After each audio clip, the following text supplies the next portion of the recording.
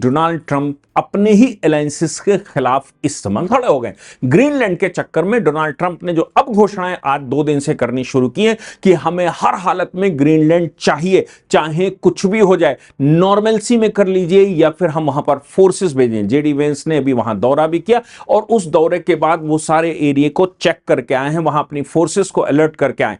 ऐसी पोजीशन में डेनमार्क ने जिस प्रकार से कहा कि यूएस के व्यक्ति को देखो बाद में और गोली पहले चलाओ, ये तो बात शुरुआत की थी, लेकिन अब ये आज की पोजीशन ये है कि यूरोपियन यूनियन मतलब नाटो यूरोपियन यूनियन का मतलब है कि यूरोपियन यूनियन नाटो के वो सदस्य जो यूरोपियन यूनियन के भी सदस्य हैं, वो सब एक हो गए हैं और उन्होंने अपनी संयुक्त फोर्सेस भेज दी हैं ग्रीनलैंड में। ग्रीनलैंड में अब संयुक्त फोर्सेस यूरोपियन यूनियन की पहुंच गई और इसके अतिरिक्त फ्रांस ने तो सीधा सीधा कहा है कि अगर यूएस किसी प्रकार से डेनमार्क या ग्रीनलैंड की तरफ आता है तो ऐसी पोजीशन में उनकी थल सेना, उनकी जल सेना, उनकी हवाई सेना और उनकी जितने प्रकार की सेनाएं और जो उनके पास रिसोर्सेज हैं वो सारे रिसोर्सेज ग्रीनलैंड के लिए होंगे। और यूएस को जब यूएस ऐसा कर रहा है या करेगा तो ऐसी पोजीशन में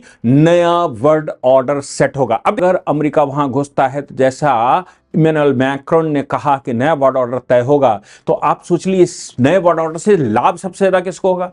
मैं समझता हूं इस नए वर्ल्ड ऑर्डर से चाइना इसलिए मजबूत हो गया या अमेरिका इसलिए मजबूत था क्योंकि अमेरिका ने 1945 से पहले कोई युद्ध नहीं लड़ा था।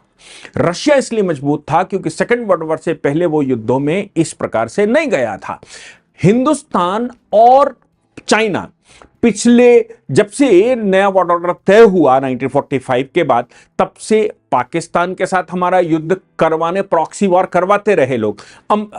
चाइना ऐसे किसी विशेष युद्ध में कभी गया नहीं क्योंकि वो केवल घुड़की दिखाकर वापस आता है। इसलिए अब जो नया वर्ल्ड ऑर्डर तय होने वाला है, जो मुझे लगता है, और वो होगा ही, ये प्रकृति का विधान है, ये प्रकृति का नियम है। कभी यमन हमारे ऊपर आए थे तो वो विश्व के का ये कहा जाता था कि नहीं वो साहब वो तो सिकंदर महान था।